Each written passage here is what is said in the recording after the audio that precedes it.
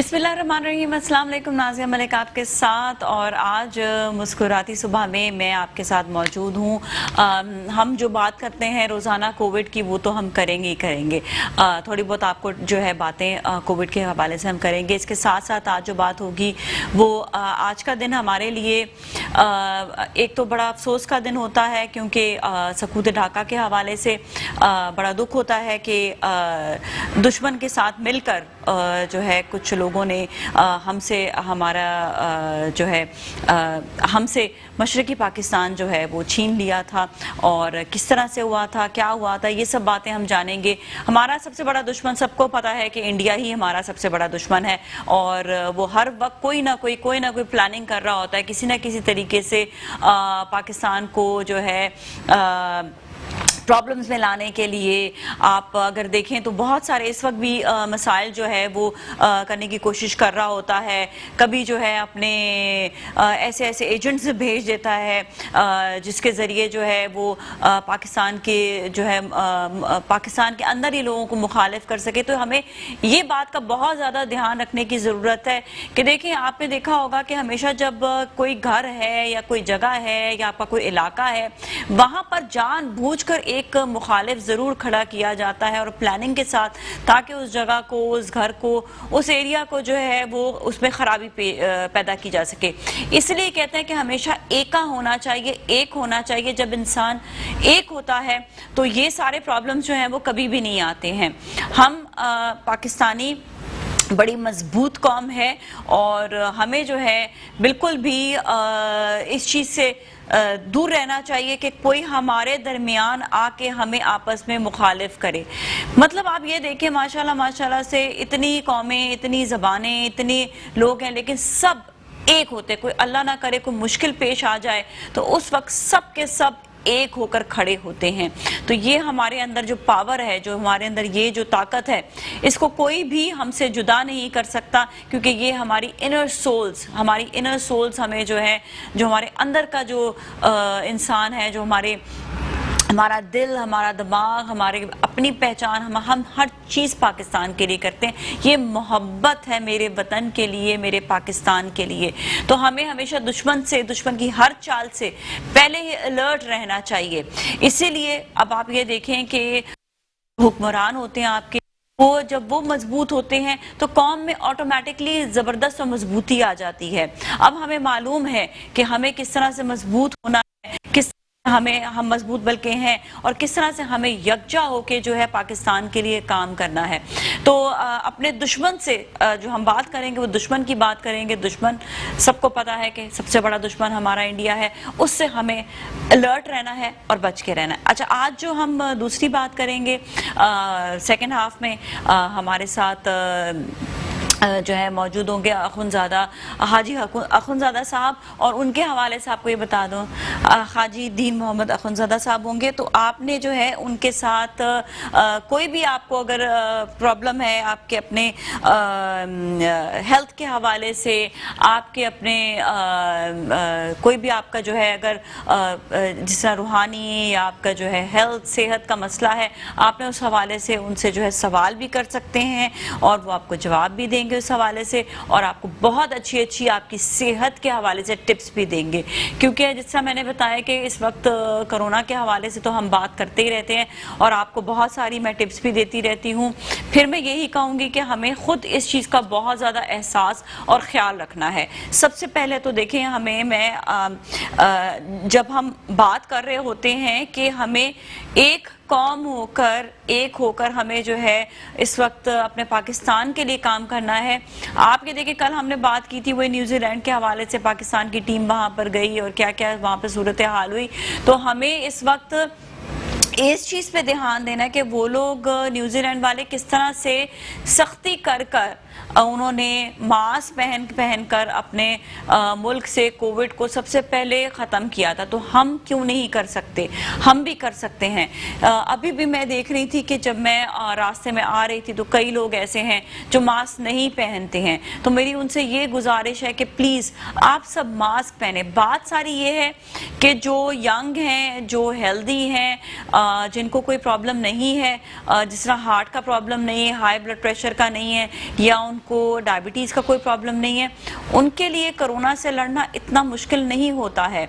लेकिन ये है कि वो उन लोगों को जिनको ये सारे प्रॉब्लम्स हैं उनके लिए बहुत ज़्यादा मुश्किल हो जाता था। खैर, हम अभी यही बात कर रहे हैं कि अगर कोई बीमारी हो तो ही इंसान जो है वो सबसे ज़्यादा प्रॉब्लम या तकलीफ़ में आ जाता है कोरोना की वजह से। लेकिन इसके अलावा भी आपको बताऊं, हमारी अपनी एक सहेली है जो यंग भी है, जिसकी इतनी एज भी नहीं है, और वो तक जो है इस वक्त हॉस्पिटलाइज हो गई है और उसको भी जो है प्रॉब्लम इस वक्त चल रहा है, सांस का बहुत ज़्यादा मसला है। देखिए, सबसे ज़्यादा क्योंकि इस वेदर में प्रॉब्लम जो सबसे बड़ी आ रही है वो ये आ रही है कि वैसे ही ठंड है, ठंड में, और जिस तरह कहा यही जाता है कि कोरोना जो है वो बेसिकली बुखार बहुत ज़्यादा करता है और ये आपको लंग्स को, जैसे ही आपको कोई चीज़ आपके लंग्स को अफेक्ट करेगी या आपका जो है सांस का मसला करेगी तो ठंड से दूर रहना होता है। लेकिन मसला ये है कि कराची में लोगों को अंडरस्टैंड नहीं करते हैं कि ठंड से किस तरह बचें वो, तो कोरोना जो है वो उनको ज़्यादा से ज़्यादा अफेक्ट कर रहा है, लोगों को, इवन कॉमन लोगों को भी बहुत ज़्यादा अफेक्ट कर रहा है। तो आप सबसे ये गुजारिश है कि प्लीज़ इस बात का आपने ख्याल रखना है कि अगर आपको अल्लाह ना करे कोरोना हो जाता है तो किस तरह से आप अपने आप को बचा सकते हैं, अपने आप को, आप मुल्क के लोगों को, क्योंकि आपके बुजुर्ग जो हैं वो सबसे ज़्यादा इम्पोर्टेंट है। मैं ये बात इसलिए रोज़ आप लोगों को कहती हूँ ताकि आप तक ये बात पहुँचे कि आप अल्लाह ना करे खुद इस बीमारी को लेकर अपने वालिदैन तक पहुंच जाएं। हम ये समझते हैं बड़ा इजी ले रहे होते हैं। प्लीज़ आप कुछ दिनों के लिए अपना भी ख्याल रखें। हम ये नहीं कह रहे कि ताहियात जो है ये अल्लाह ना करे कभी बीमारी दे, क्योंकि आप ख़त्म कर सकते हैं। आपके ऊपर जिम्मेदारी कि आपने कैसे ख़त्म करना है। आप ख़त्म कर सकते हैं इस बीमारी को और आप ही इस बीमारी से जो है वो निजात दिला सकते हैं। सबसे पहले मास्क पहनकर, दूसरा डिस्टेंस रखें लोगों से, तीसरा आपने जो है खाने पीने में एहतियात करनी है। कहीं आप बाहर भी जा रही हैं, कोशिश ये करें, मैं तो ये कहूँगी अगर आप बाहर कहीं खाना खा रहे हैं तो आप प्लीज़ उनको ये बोलें कि आप या फिर तो अपनी प्लेट ले जाएं या फिर आप खाना लेकर आएँ घर पर, उसे दोबारा गर्म करके खाएं, क्योंकि मसला ये भी है कि अगर आप बाहर खाना खा रहे हैं आपको ये नहीं पता कि प्लेट सही से धुली हुई हैं या नहीं धुली हुई हैं, या डिस्पोजेबल प्लेट्स का आप यूज़ करें। वैसे तो इस पर बहुत ज़्यादा जो है, क्योंकि कोरोना जो है बेसिकली एक दूसरे से ऐसे भी लग सकता है कि आपने अगर बर्तन सही से साफ नहीं हुए में है और एक शख्स से दूसरे शख्स तक मुंतकिल होने में इसमें जो है आसानी से हो सकता है जब आप एक ही बर्तन में, उसी बर्तन में ही खाना खा रहे हो, वो सही से धुला हुआ नहीं है। तो हमें बहुत सारी चीज़ों में एहतियात बरतने की ज़रूरत है, हमें बहुत ज़्यादा एहतियात की ज़रूरत है। तो कुछ चीज़ें जो आपको बार बार कही भी जाती हैं, आपको टेलीविज़न वाले, हमारे चैनल के ज़रिए आपको हर जगह पर आपको अगर ये चीज़ें बताई जा रही है तो इस बात का आपने ख़ुद ख्याल रखना है। सबसे पहले आपने मास्क पहनना है, दूसरा आप डिस्टेंस रखें लोगों से, ज़रा सा फासले से आप बैठें, फासले से खड़े हुए और ख़ुद इस बात का एहतियात करें। जगह जगह जाकर अगर आपको ज़रा से भी खांसी या नज़ला ज़ुकाम है, प्लीज़ टेस्ट ज़रूर करा लें। टेस्ट कराने में कोई हर्ज नहीं होता, आपको कोई क्वारंटीन की तरफ नहीं लेकर जाएगा, कोई कुछ नहीं कराएगा। ये थोड़ी सी बातें थी जो पिछली दफ़ा हुई थी कि टेस्ट कराते थे तो उस इलाके को सीज़ कर दिया जाता था, बंद का भी ऐसा कुछ नहीं है। लेकिन ये कि एटलीस्ट टेस्ट कराने के बाद आप एहतियात बरतेंगे, लोगों से दूर रहेंगे और अपने आप को खुद आपने क्वारंटाइन कर लेना है और आपने अपना खुद ख्याल रखना है। तो हम बहुत सारी बातें करेंगे, जिस तरह आपको बताया कि हम आज बात करेंगे सबसे पहले हाफ में हमारे साथ जो मेहमान मौजूद होंगे उनसे और सकूत ढाका के हवाले से बात होगी, और सेकंड हाफ में हमारे साथ हाजी दीन मोहम्मद साहब मौजूद होंगे, उनसे भी हम बात करेंगे अबाउट हेल्थ। तो आप हमारे साथ ही रहें, कहीं ना जाइएगा।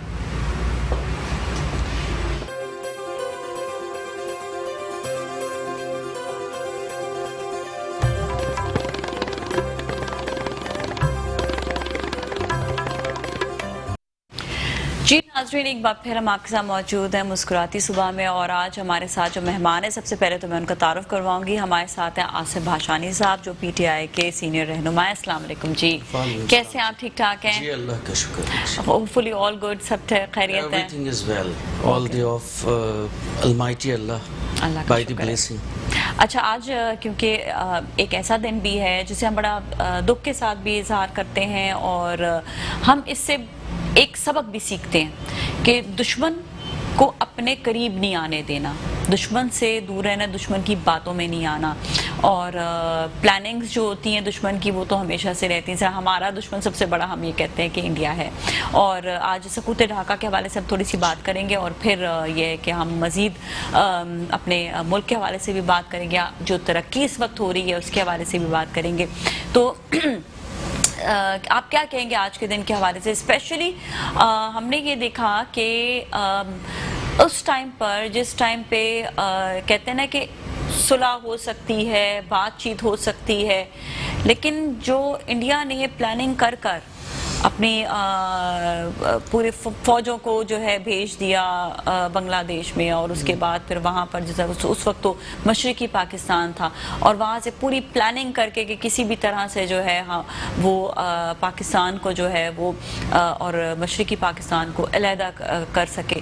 और उसमें उन्होंने बड़े अपने जो प्लानिंग करने की जो कोशिश की थी उसमें वो, लेकिन हमारी पाकिस्तान फ़ौज ने भी बेइंतहा काम किया। और आज भी आप देखें, हम अगर अपने मुल्क को बचाते हैं, हम मुल्क को बचा हुआ है हमारा मुल्क जिसे हम सेफली, हम जो है पावर से हम इस मुल्क में हम काम कर रहे हैं, हम रह रहे हैं।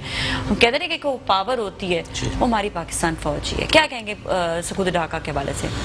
जी, बिस्मिल्लाहिर्रहमानिर्रहीम। बहुत शुक्रिया आपका, आपने मॉर्निंग शो में और इस ख़ास मौजू के हवाले से भी मुझे कहने का आपने इनवाइट किया और इस काबिल समझा। अच्छा, सकूत ढाका बेसिकली पूरी एक तारीख़ है और 16 दिसंबर एक सानिहा का दिन, सानिहात का दिन है। इस दिन एक तो सकूत ढाका का जो हादसा रोनुमा हुआ, जो कि कभी भुलाया नहीं जा सकता, और उसके बाद फिर एक आर्मी पब्लिक स्कूल जो 2014 में हुआ, APS का जो सानिहा, जिसमें 133 हमारे फूल जैसे नन्हे बच्चे लुक़्मा अजल बन गए, दुश्मनाने इस्लाम के, दुश्मनाने पाकिस्तान के। तो ये ऐसा कर्ब का दिन है कि जब ये जहन में आता है तो आंखें नम हो जाती हैं। तो बेसिकली 16 दिसंबर जो सकूत ढाका है, ये पूरा एक तारीख़ है, और इस तारीख को मैं यूं आपको थोड़ा सा ब्रीफ, थोड़ा सा हिस्टोरिकल पॉइंट ऑफ व्यू से मैं थोड़ा सा, ताकि व्यूअर्स और हमारी जो ये जनरेशन है उनको भी पता चले। बेसिकली ये सानिहा जो बांग्लादेश है, ढाका, ये एक ईस्ट पाकिस्तान था, ठीक है। अच्छा, ये ग्रेटर बंगाल बेसिकली एक बहुत बड़ी रियासत थी जो सिराजुद्दौला, ठीक है, सिराजुद्दौला प्लासी की जंग में जो है वो अंग्रेज़ों ने उस पर कब्जा कर लिया इस ग्रेटर बंगाल पर। अच्छा, ग्रेटर बंगाल का वसत बहुत ज़्यादा, झारखंड, बिहार, ये सब इस कॉन्स्टिट्यूंसी, इस एरिया खित्ते में आता था। और ये जो बंगाल जो था, ये बेसिकली बड़े सगीर पाको हिंद एक सोने की चिड़िया थी, और बंगाल उसका दिल था, उस सोने की चिड़िया की दिल था। तो अंग्रेज़ों का फोकस भी यहाँ था। अब ये दैन फिर वो हुआ है कि अंग्रेज़ यहाँ पर आते हैं और फिर मीर जाफ़र जैसे गद्दार, तो उसकी वजह से ये प्लासी की जंग में जो है यरगमाल बन जाता है, बंगाल जो है ग्रेटर बंगाल अंग्रेज़ों के हाथों चला जाता है। फिर 1905 में अंग्रेज़ों ने इसे डिवाइड कर दिया, हिंदू मुस्लिम फसादात करवाकर, ईस्ट बंगाल और वेस्ट बंगाल की सूरत में, जिसमें थोड़ा वेस्ट में हिंदुओं की तादाद ज़्यादा थी, ईस्ट में। दैन उसके बाद ये हुआ कि वहाँ जो हमारे बंगाल के जो लीडरशिप थे और जो रहनुमा थे, उन्होंने फिर एक तहरीक शुरू की, और तहरीक के बाद जो है वो ग्रेटर बंगाल जो है फिर वो एक हो गया दोबारा। फिर 1947 में जब बरोसगीर पाको हिंद डिवाइड हुआ दो नज़रिया की बुनियाद पर, हिंदू और मुसलमान, तो फिर वो ईस्ट बंगाल जो था वो पाकिस्तान के हिस्से में आ गया और वो ईस्ट पाकिस्तान हो गया जी, ठीक है। और फिर वहाँ पे मामलात जो है अल्हम्दुलिल्लाह अच्छा चलता रहा। फिर वो जनरल अयूब के दौर में पूरा ओवरऑल पाकिस्तान 60 की दिहाई 70 की 60 की दिहाई में बहुत उरूज पे चला गया था पाकिस्तान, इतने उरूज पे कि हम जर्मनी को भी कर्जा दे रहे होते थे। जी। तो ओवरऑल फिर कुछ चीज़ें जो है वहाँ पर एक होता है ना मुनसिफाना तकसीम का ना होना, जो बेसिक राइट है उसका ना मिलना, या जॉब से उसको एक तरीके से उसको फेवरेटिज्म या एथनिक इश्यूज पर जो है ना देना कि अगर किसी कोई बड़े ओहदे पर अगर यहाँ के पाकिस्तान, बेसिकली देखिए पाकिस्तान जो बना है वो ला इलाहा इल्लल्लाह मुहम्मद रसूलुल्लाह के कलमे पे बना है। बिल्कुल।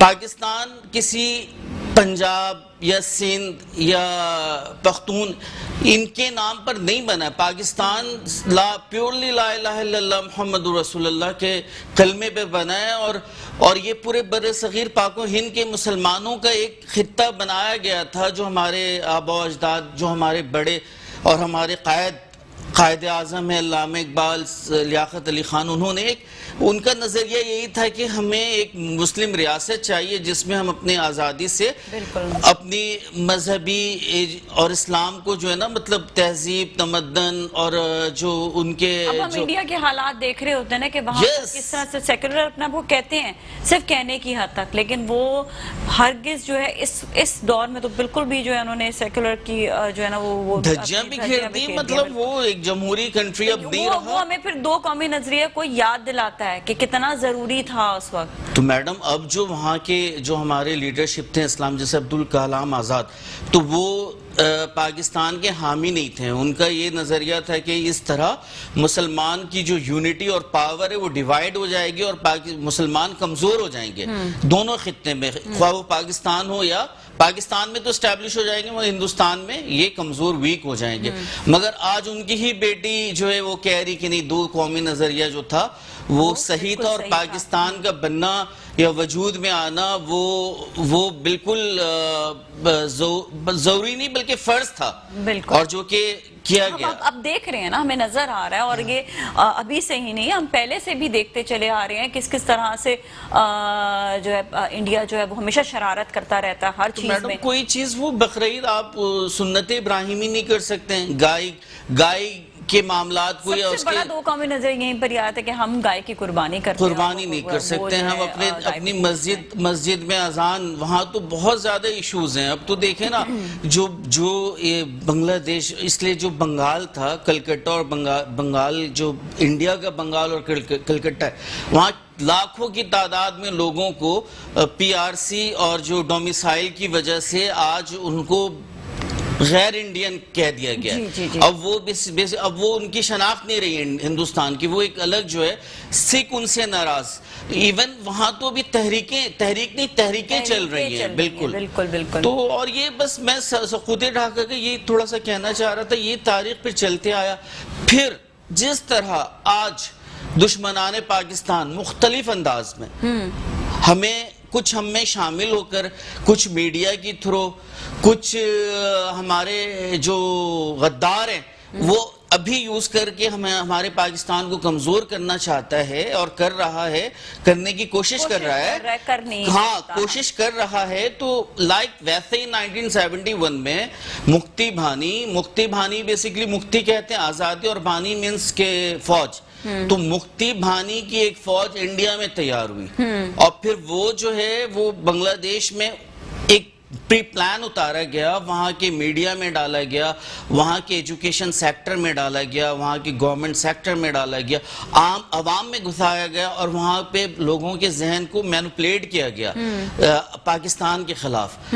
और फिर ये हुआ कि फिर यानी कि फिर वो एक तरीके से एक रविंद्रनाथ टैगोर जिन्होंने एक शायर थे बहुत बड़े हिंदुस्तान के, तो उन्होंने ये सारे जहाँ से अच्छा ये भी एक कौमी तराना और ये हमार सुनार बंगाल जो है एक कौमी तराना है, तो वो लिखा। अच्छा उस नगमे को लेकर के फिर आज़ादी की तहरीक शुरू हो गई और 1971 के मार्च में जो है ना तहरीक आज़ादी बांग्लादेश में शुरू हुआ और फिर 1971 के मार्च से लेकर ऑनवर्ड दिसंबर तक 16 मतलब दिसंबर तक फौज जो है वहां पे कंट्रोल करती रही, मगर जो फौज के साथ शाना बशाना खड़े थे वो हमारी कम्युनिटी थी जो बिहारीज, जो कि उर्दू स्पीकिंग कहलाते हैं बांग्लादेश के। जी जी जी जी ठीक है ना, तो वो हम फौज के शाना बशाना खड़े रहे। अच्छा, वो सोशल बाइकॉट भी हुआ वहां पे फौज का, जो बांग्लादेशी थे वो तो फिर वो मतलब दुश्मन एक तरीके से फाइट शुरू होगी ना, कत्लो गारत।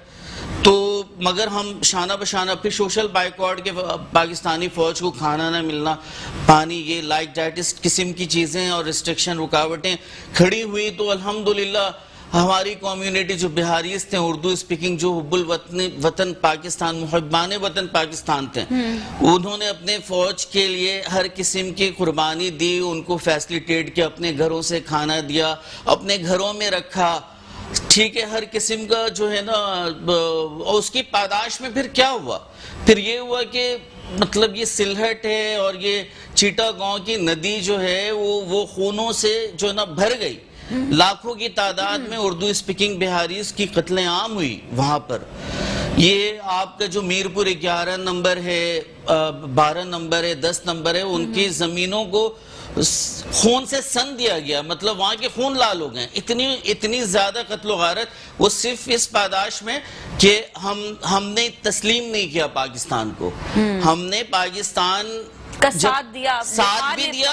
और पाकिस्तान जब बांग्लादेश आजाद हो गया फिर भी हमने एक्सेप्ट नहीं किया। हमने एक्सेप्ट नहीं किया और हम वहां पर पाकिस्तानी बन के रहे। और आज भी कमोबेश 66 कैंपों में, बांग्लादेश के 66 कैंपों पे कमोबेश 8 से 10 लाख बिहारीज मौजूद हैं और अब भी वो स्टैंडर्ड पाकिस्तानी कहलाते हैं। तो अब और अभी भी अपने आप को पाकिस्तानी कहलाने पर फख्र महसूस करते हैं।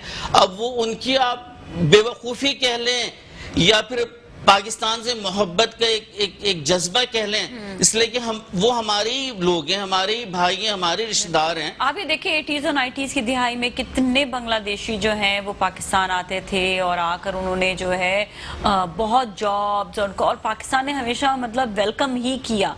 कभी भी ऐसा नहीं हुआ कि पाकिस्तान ने उन लोगों को वेलकम नहीं किया या नहीं आने दिया।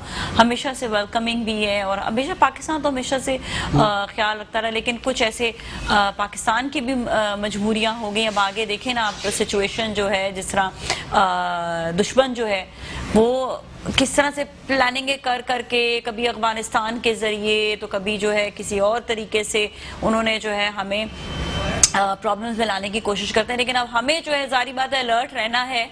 अब हमें जो है खुद अलर्ट रह कर जो है बाढ़ भी बनाना भी इंतहा ज़रूरी था, जो हम बहुत अरसे से कह रहे थे, स्पेशली अफगानिस्तान के ज़रिए तो बिल्कुल बहुत ज़्यादा ज़रूरी था कि हम अब देखें अल्हम्दुलिल्लाह हम टेररिज्म से जिब बचे हुए हैं। हमारी पाकिस्तान फ़ौज ने कितना काम किया, स्पेशली टेररिज्म के अगर हवाले से बात करें। कुलभूषण किस तरह से पकड़ा गया, जो इंडिया का एजेंट है, और उसने जो है ये सोचे कि किस किस तरह से कुलभूषण जैसे लोग जो हैं वो मौजूद होते हैं और वो फिर वही प्लानिंग कर करके जो है आगे से प्रॉब्लम जो है वो खित्ते में क्रिएट कर रहे होते हैं। जी बिल्कुल। तो थोड़ा सा इस हवाले से भी बताइएगा जरूर। देखिए, बात ये कि बिल्कुल अल्लाह का बड़ा करम है कि टेररिज्म में मतलब एक ड्रामेटिक अंदाज की चेंजिंग है। और बिल्कुल मेरे ख्याल में जो टेररिज्म का आज से 10 साल पहले या 8 साल पहले का जो दौरा था, तो अब उसका 10% भी नहीं है, अल्हम्दुलिल्लाह अल्हम्दुलिल्लाह। तो ये बहुत बड़ी कामयाबी है हमारी पाक फौज की और हमारे जो मीन्स के मुल्क के निज़ाम को चला रहे हैं, उसमें मैं जमहूरी सिस्टम को भी खराज तहसीन पेश करूँगा। मगर कहीं कहीं हमारी जमहूरी सिस्टम या हमारे जो लीडरशिप है, उन्होंने पाकिस्तान के जो वक़ार है और उनकी सलामती को उस अंदाज से मतलब सेफ और उस अंदाज से उसको प्रोटेक्ट नहीं किया। मतलब कभी आप जब कुलभूषण पाकिस्तान में था और जब पकड़ा गया तो उस वक्त हमारे प्राइम मिनिस्टर थे, तो पूरी कैबिनेट थी, तो उन्होंने कुलभूषण का नाम तक नहीं लिया। जी, मैं अगर नाम ले लूं, वजीर आजम नवाज शरीफ थे उस हाँ, वक्त। जी जी। तो आप पूरा टेन्योर उठा लें कि पूरी इंटरनेशनल मीडिया में और इंटरनेशनल लेवल पे चीजें डिस्कस हो रही थी, सामने थी, लेकिन कोई डिस्कशन यहाँ पर नहीं किया जा रहा था ना उनके सामने। यस, ऐसा लग रहा था कि वो कलभूषण, वो ऐसा लग रहा था कि हमारी गवर्नमेंट की तरफ से उसको प्रोटेक्शन मिल रहा है या उसके इश्यूज को दबाया जा रहा है, तो जो कि एक बहुत ज्यादा यकीन माने पैनिक फुल था हम पाकिस्तानी कौम के लिए। बिल्कुल, मतलब जैसे हमारे आबा अजदाद ने पाकिस्तान के लिए जाने कुर्बान की, एक नहीं 2 बार हिजरतें की, और हम अभी भी अल्हम्दुलिल्लाह वो जज्बा रखते हैं कि पाकिस्तान की दफा के लिए आज भी हमें अपनी जान को कुर्बान करना पड़े, बिल्कुल, तो हम दरेग नहीं करेंगे।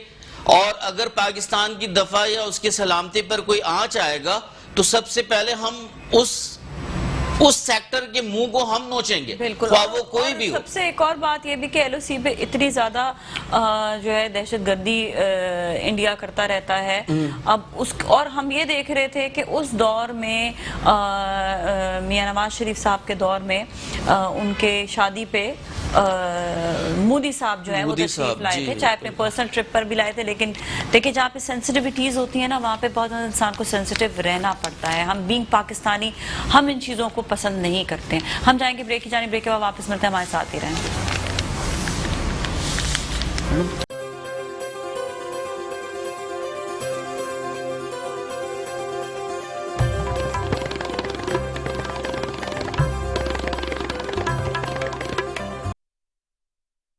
एक बार फिर हम मौजूद हैं मुस्कुराती सुबह में, और आज हमारे साथ मेहमान हैं आसिफ भाषानी साहब, जो सीनियर रहनुमा है पाकिस्तान तहरीक इंसाफ के। हम बात कर रहे थे कि दुश्मन को किस तरह से हम मिलकर दूर कर सकते हैं और उसे लड़ सकते हैं।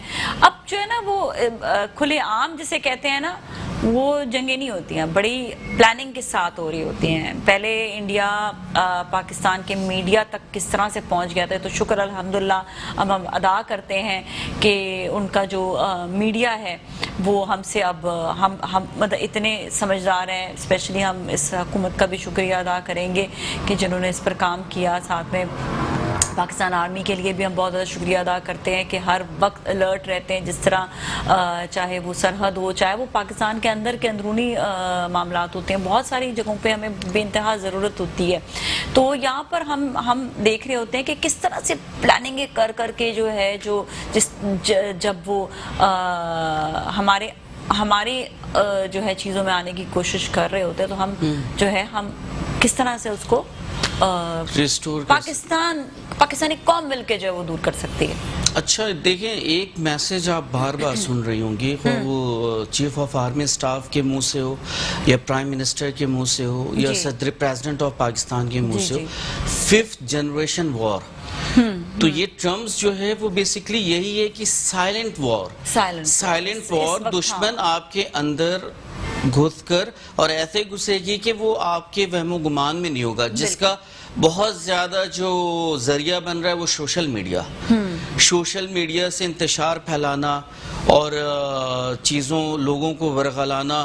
और इवन मैं तो यही सोशल मीडिया में भी ओपनली वॉर हो रहा है कि आप जो है अभी देख लें, रिसेंटली ये पीडीएम का जलसा हुआ है। मैं थोड़ा सा आपका मॉर्निंग शो है, पॉलिटिकल तो नहीं है, मगर मैं लेकिन आज हम थोड़ी सी बात इस पे करेंगे लोगों को अवेयरनेस अगर हाँ एक्चुअली आपके जवाब को देने के लिए पीडीएम का जलसा होता है। अब वहाँ एक हमारे बहुत सीनियर पॉलिटिशियन, वो हमारे पॉलिटिशियन पाकिस्तान के या अफगानिस्तान के पॉलिटिशियन है, आई डोंट नो, ये महमूद खान अचकज़ई जिनका नाम है, वो पीडीएम का जलसा होता है कराची में, तो यहाँ आते हैं तो अच्छा पूरी पीडीएम का 11 रुकनी जमातें, किसी ने कराची के लिए कोई बात नहीं की, जबकि कराची कितने ज्यादा इश्यूज का शिकार है, कितना ज्यादा कराची वाले पैनिक में हैं और वो एक्सपेक्ट कर रहे थे कि ये इनके प्लेटफॉर्म से भी कराची के लिए कुछ आवाज आएगी, मगर नहीं, कोई नहीं कराची की आवाज, बल्कि वो महमूद खान अचकज़ई एक फसाद छोड़कर यहाँ चले आते हैं कि भाई ये उर्दू जो है हमारा कौमी जबान नहीं है और ये नहीं है, और ये इस उर्दू जबान कौमी जबान हमारा है, उसके हवाले से कायदे आजम रहमतुल्लाह अलैह ने फरमाया कि उर्दू हमारा कौमी जबान है। और इसके हवाले से एक आपको मैं बताऊं, ये जो बांग्लादेश के हवाले से भी जब बात शुरू हुई तो तहरीक जो शुरू की थी जो मशरिकी पाकिस्तान में, तो उन्होंने इसी तरह ही शुरू की थी तहरीक उर्दू ज़बान के ऊपर ही कि उर्दू ज़बान जो है वो कौमी ज़बान है, बंगला जो है वो कौमी ज़बान होनी चाहिए। तो ये पीछे से जो प्लानिंग कर रहे होते हैं ना, वो फीड करते हैं, जिस पे कायद-ए-आज़म मोहम्मद अली जिन्ना ने 1948 में, आई थिंक इट वाज मार्च 31 या कुछ इस तरह था, एग्जैक्ट डेट नहीं पता है, पर 1948 में उन्होंने जब ढाका पे तकरीर की थी तो वहाँ पर तकरीर में साफ साफ ये बात बोली थी, क्योंकि बांग्लादेशी बहुत ज़्यादा जो है मशरिकी जब पाकिस्तान था बहुत मोहब्बत वो करते थे कायद-ए-आज़म मोहम्मद अली जिन्ना से, और बहुत उन्होंने पार्टिसिपेट भी किया था पाकिस्तान बनने के लिए भी। और उस वक्त वो हर बात उनकी सुना भी करते, तो जब हर बात उनकी सुनते तो उन्होंने साफ साफ ये बात बोली थी कि नो मैटर व्हाट, पाकिस्तान की जो ज़बान होगी वो उर्दू ही होगी, और उर्दू ही ज़बान जो है वो आगे जो है वो चलेगी। और अल्हम्दुलिल्लाह आप ये देखें पाकिस्तान के अंदर ही कितनी सारी ज़बानें हैं, लेकिन उर्दू ज़बान को ही सबसे ज़्यादा फ़रोग दिया जाए, बल्कि मैं कहती हूँ इसको और भी ज़्यादा फ़रोग देना चाहिए।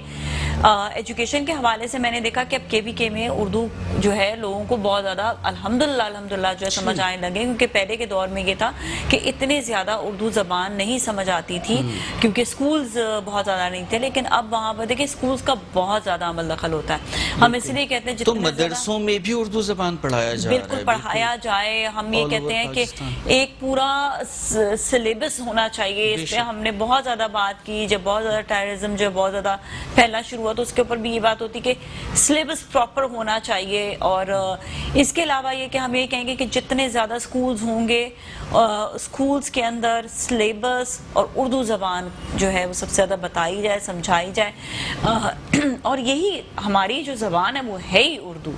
हम मतलब एक जो इंसान का जो आप ये देखें ना कि कहीं पर इंग्लिश होती है, कहीं पर एक लैंग्वेज होती है, हालांकि उनके एरियाज में भी बहुत सारी ज़बानें होती है, लेकिन एक ज़बान जो है वो पहचान की होती है, यकजहती की ज़बान होती है, और वो हमारी पहली जो ज़बान है वो उर्दू ही है। तो मैडम ये इसके हवाले से हमारे वज़ीर-ए-आज़म क्या बात कर रहे थे कंटिन्यू, लेकिन ये थोड़ा जज्बाती हो जाती हूँ मैं थोड़ी बात। नहीं आपने बहुत अच्छा ब्रीफ किया, मतलब आपने तारीख के पस मंज़र में उर्दू ज़बान के हवाले से और इसकी अहमियत और हमारे जो असलाफ जो हमारे बड़े थे उनका क्या पैगाम था फॉर द नेशन और फॉर द जनरेशन। तो हमेशा ये पैगाम दिया कि उर्दू बेसिकली, और ये चीज़ है। और ये आप देखें उस बात को भी कंटिन्यू आप कर ले। हाँ, जो आप जो बात कर रहे थे कि किस तरह से आकर देखिए उन्होंने बात की, मैंने इसलिए ये वाला पॉइंट नोट करवाया, ये वाला इसलिए कि यहीं से ये लोग इस किस्म के लोग जो है ना फसाद की शुरुआत करते हैं, तो ये फसादी होते हैं। तो मैडम ये फसाद देखें ना, अब ये फिर नेक्स्ट आपका जो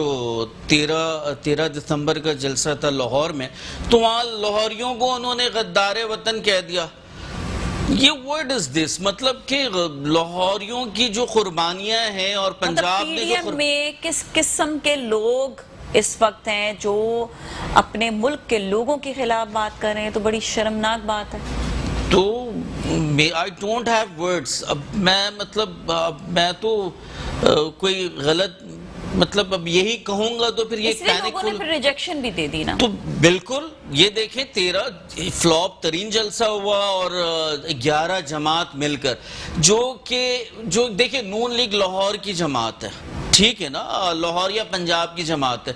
तो मेरे ख्याल में नून लीग अगर इंडिविजुअल भी अगर मीनारे पाकिस्तान भरना चाहती और उनका नैरेटिव अगर ये नहीं होता जो पाकिस्तान मुखालिफ और फौज के मुखालिफ बयानिए पे वो ये जलसे जुलूस कर रही है और ये एक्टिविटीज कर रहे हैं, अगर ये नहीं होता तो मुमकिन था कि उनके अपने जो वोटर्स हैं, सपोर्टर्स हैं, वो तो कम से कम जाते हैं। तो यकीन माने फ्लॉप तरीन, और ये इनका चेहरा जो है ना इस कौम ने दिखा दिया कि आप जो कर रहे हो दैट इज नॉट फेयर, और हम आपके साथ नहीं खड़े, हम पाकिस्तान के साथ खड़े, हम पाक फौज के साथ खड़े। ये एक मैसेज अवाम ने और इस कौम ने उनको दे दिया।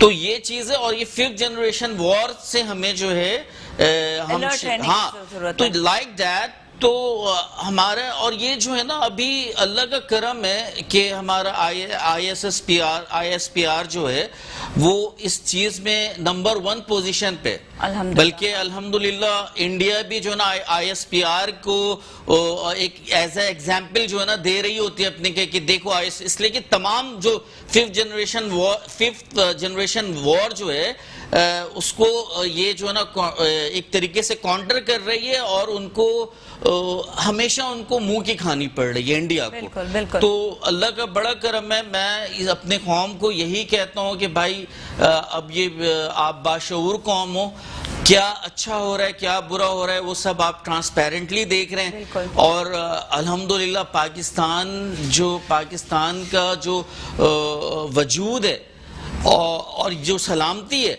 तो वो हमारे सबसे पहले तो अल्लाह रब्बुल इज़्ज़त के तवस्सुत से है, उसकी रहमत से, और उसके बाद पाक फौज एक बहुत बड़ा हमारा अल्लाह पाक का सरमाया है जो कि पूरी दुनिया में नंबर 1 यानी टॉप फौज में और ISI नंबर 1 और 2 में आती है। तो ये that is a big credit for our Pakistan कि इतने बेहतरीन हमारे दिफाई निज़ाम को चलाने वाले इदारे हैं जो कि पुरअज़्म हैं और हुब्बुल वतन हैं और पाकिस्तान के लिए वो क्या उनके साथ पूरा कौम जो है ये जो बिल्कुल हाँ ये जितने जो हमारे पाकिस्तान का एक बच्चा जो है उनके साथ शाना बशाना बिल्कुल। अच्छा, एक चीज का मैं आपसे जो है आप थोड़ा कंट्रीब्यूट करवाना चाहूंगी कि जहां पर भी हमें नजर आए बीइंग पाकिस्तानी बीइंग हमें अपने जो है कि किसी एरिया में किसी इलाके में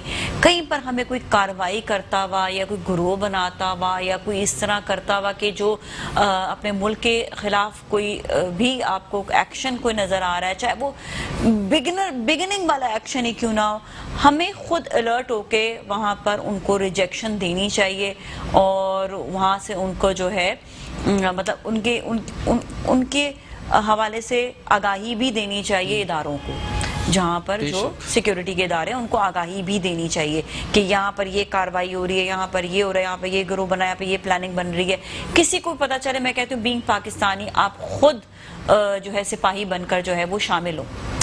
देखिए मैं बिल्कुल आप सही कह रहे हो और ये इस चीज़ को मॉनिटर हर लिहाज से करना होगा। क्या है ये ग्रोह बन रहा है तो उसकी वजह क्या है कि ऐसा तो नहीं कोई कि रियासत उनकी किसी बेसिक चीज़ को मिस कर रही है या उनके तहफ़्फ़ुज़ात क्या है। ठीक है, अगर बिल्कुल वो कोई तहफ़्फ़ुज़ात नहीं है, कोई इश्यूज नहीं है और फिर वो पाकिस्तान मुखालिफ एक्टिविटीज कर रहे हैं तो उनको मतलब बिल्कुल नहीं बख्शा जाए। ठीक है, और अगर कोई जेन्युइन इश्यूज हैं मतलब और कोई तहफ़्फ़ुज़ात है, कोई ऐसी वैलिड चीजें हैं तो उसको रियासत का काम है कि उसको फोकस करे, उसको देखे, मॉनिटर करे, उसे सुने। अगर वो जेन्युइनली ऐसी चीज है तो उसको सॉर्ट आउट करे, अगर नहीं है तो उनको शट अप कॉल दे और फिर बैठाए। अगर ना भी माने तो फिर ना माने तो फिर वो करे जो उनका मतलब जो सजा बनता है। This is very important. और हमें बीइंग नेशनल एक पाकिस्तानी होने के हमें बहुत ज़्यादा केयरफुल होना चाहिए और हर चीज़ को मद्देनज़र रखना चाहिए। इवन अपनी गली, इलाका, मोहल्ला, शहर, समझ गए, सब चीज़ को बहुत देखकर चलना चाहिए ताकि हम अपने पाकिस्तान होने की जिम्मेदारी को का हक अदा कर सकें। बिल्कुल बिल्कुल ये वाली बात है और हमें अगेन वही चीज़ के अलर्ट रहने की हर हालत में ज़रूरत होती है। और जो अब हम वो 5th जनरेशन वाली जो बात है इसको भी हमें बल्कि बच्चों को भी जो है हमें ख्याल रखने की ज़रूरत है। अच्छा, हमारे साथ इस वक्त मौजूद है कैप्टन रिटायर्ड अदीब साहब, उनसे हम बात करेंगे। अस्सलाम वालेकुम जी, कैसे हैं आप? ठीक ठाक है। आज के दिन के हवाले से हम चाहेंगे कि आप ज़रूर कुछ ना कुछ कंट्रीब्यूट करें और अब हमें जो है आगे भी किस तरह से अलर्ट रहने की ज़रूरत है अपने दुश्मन से, ये भी ज़रूर बताइएगा। जी जी, आज के दिन के हवाले से हम चाहेंगे आप ज़रूर हमें कुछ बात करें हमसे। आपके सवाल फिर से बोलिए। आज के दिन 16 दिसंबर, इसके हवाले से हम चाहेंगे कि आप हमसे जरूर कुछ बात करें, कुछ बताएं। सूरज सुंदर के हवाले से दो चीजें हैं। एक तो ये APS में जो वाकया हुआ था, जिसमें हमारे स्कूल के बच्चे बेदर्दी से शहीद किए गए और वहां में बहुत बड़ा सामिया था। एक तो वो है सूरज सुंदर के हवाले से। मैं समझता हूँ कि ये हम लोगों के लिए एक तहदीद है, जो हुकूमत में बैठे हुए उनके लिए, जो बासार लोग हैं जो फैसले करते हैं कि इस तरह के वाकयात आइंदा ना होने पाए। और अब तक जो कार्रवाई की गई है उन मुजरिमों के खिलाफ जराइम में मुलव्वस है, उनकी निशानदेही बर वक्त हो और उनको सजाएं मिले, ताकि ये मुल्क में जो अफरा तफरी और इस तरह की बेयकीनी की कैफियत कायम की गई है, एक जुडिशरी की जो पर प्रेशर क्रिएट किया गया है, जहाँ के फैसले जो है वो देर से आ रहे हैं, ताखीर हो रही है। इन चीजों को मद्देनजर रखते हुए जरूरी है कि एक अच्छे माशरे में ये इस तरह के जराइम सख्ती से निपटा जाए और इनके खिलाफ सख्त से सख्त कार्रवाई की जाए। जी बिल्कुल। अच्छा, आप जो सकूते ढाका का वाक़या हुआ, जो ये एक बहुत तारीखी हम ये कहेंगे कि अफसोसनाक टाइम था, इसके हवाले से क्या कहेंगे कि दुश्मन जो हम इंडिया साफ साफ बात करते हैं, इंडिया हमारा बहुत बड़ा दुश्मन है, इसके हवाले से आप क्या कहेंगे कि किस तरह से अब हमें जो है मज़ीद अलर्ट रहने की ज़रूरत होती है, क्योंकि हर वक्त हम ये देखते हैं कि इंडिया कहीं ना कहीं से हमें जो है वो तोड़ने की कोशिश करता है, लेकिन कामयाब अल्लाह का शुक्र है ना कभी होगा ना वो है। कुछ इसके हवाले से भी बताइएगा। इम्पोर्टेंट वाकया है सूरज सुंदर के हवाले से सकूत ढाका, और इस पर हर साल अपने अपने ख्यालात लोग बयान करते हैं, लेकिन जो चीज जरूरी है मद्देनजर रखने की वो ये कि इंडिया दुश्मन हमारा है, और इसके अलावा भी कितने दुश्मन आपके घूम रहे हैं या अपने कार्रवाइयों में लगे हुए हैं, उनके पर तो आपका कोई कंट्रोल नहीं है, वो तो अपना काम करेंगे। लेकिन जरूरत इस बात की है कि आप अपने घर की जो निगरानी है और जो जिम्मेदारियां जिनको दी गई हैं वो इन पर तनदेही से काम करें। नंबर एक इस बात की है, फौज आप देख रहे हैं जो पिछले 2.5, 3, 4, 5 साल से जब से ही दहशतगर्दी में हम लोग जंग में शामिल हुए, बराबर कुर्बानियां दे रही हैं और एक अपने फर्ज को अच्छी तरह निभा रही है, और कोई उसमें कसर नहीं है। हर रोज किसी न किसी बॉर्डर पे, किसी न किसी जगह पर फौजी अपनी जान का नजारा पेश कर रहे हैं और मुल्क को उसी तरीके से दिफा में शामिल है। लेकिन उसके साथ साथ जो दूसरा एलिमेंट ये है कि दुश्मन जो है वो आपके पीठ में खंजर भोंकता है, मतलब आपके अंदर लोग जो बैठे हुए हैं उनको खरीदता है, उनको इस्तेमाल करता है और उनके जरिए आपके इदारों को और आपके दूसरे सेंसिटिव एरियाज को अटैक करता है। इसके लिए जरूरी है कि पूरी कौम कौम हमें इस बात पर अलर्ट रहने की जरूरत है, और खास तौर पर मैं बड़े बेबाक अंदाज से कहूँगा, हमारे एंटी स्टेट एलिमेंट्स जो पार्लियामेंट में बैठे हुए हैं, सियासतदानों में बैठे हुए हैं, और दिल को कोई शक नहीं है जो अक्सर अभी जो मूवमेंट चल रही है इसमें उन्होंने अपने ख्यालात का इजहार किया, इसकी इज्जत को की जाए, इसकी इज्जत को भी की जाए फ्रॉम जुडिशरी को चाहिए कि सुमो मोटो एक्शन ले और इनके खिलाफ कार्रवाई की जाए, क्योंकि आप ये अंदाजा लगाइए कि फौज जो है अपनी जाने ओहो, लाइन डिस्कनेक्ट होगी। बहुत इंपॉर्टेंट बात कर रहे थे sir, thank you so much आपकी कॉल का भी, लेकिन ये है कि दोबारा कॉल मिल जाए तो बहुत अच्छा हो जाएगा। कोशिश करेंगे कि आपसे हम दोबारा कैप्टन साहब रब्ता कर सकें। बड़ी अच्छी बात कही, और बड़ी हमें कहते हैं कि इस वक्त ये बात भी उन्होंने बड़ी अच्छी कही कि दुश्मन तो अपना काम करता रहेगा, लेकिन हमें अलर्ट रहने की, इदारों को अलर्ट रहने की बहुत ज़्यादा ज़रूरत है। उन्होंने जो एक बहुत जो मेरी बात को सेकंड किया कि जो हम में ही मीर जाफर हैं और जो पीठ में खंजर घोंपने की साजिशों में और दुश्मनों के हाथ में खेले जा रहे हैं। मतलब वो खेला जैसे है ना वो पुतली तमाशा, तो कठपुतली जो खान साहब को कहते हैं, तो कठपुतली कौन है वो अभी पूरी कौम देख रहा है। बिल्कुल बिल्कुल।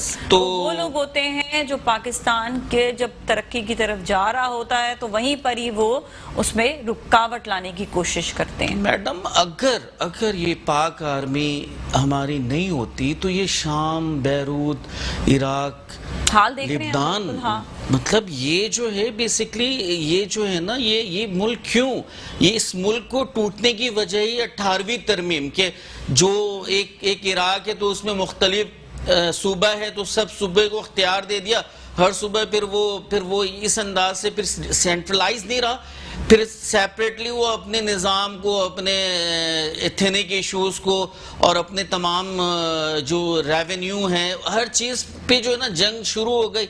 और फिर यही हाल हुआ। ये साजिश है, ये यहूदियों की साजिश है, अमेरिका की साजिश है, जिस साजिश का शिकार तुर्की पर इन्होंने मतलब करने की कोशिश की और तुर्की के बाशऊर अवाम ने और तैयब उर्दगान जैसी लीडरशिप ने उसे काउंटर किया और बिल्कुल एक तरीके से उनके जो ये प्लानिंग को बिल्कुल चूर चूर कर दिया बुरी तरीके से।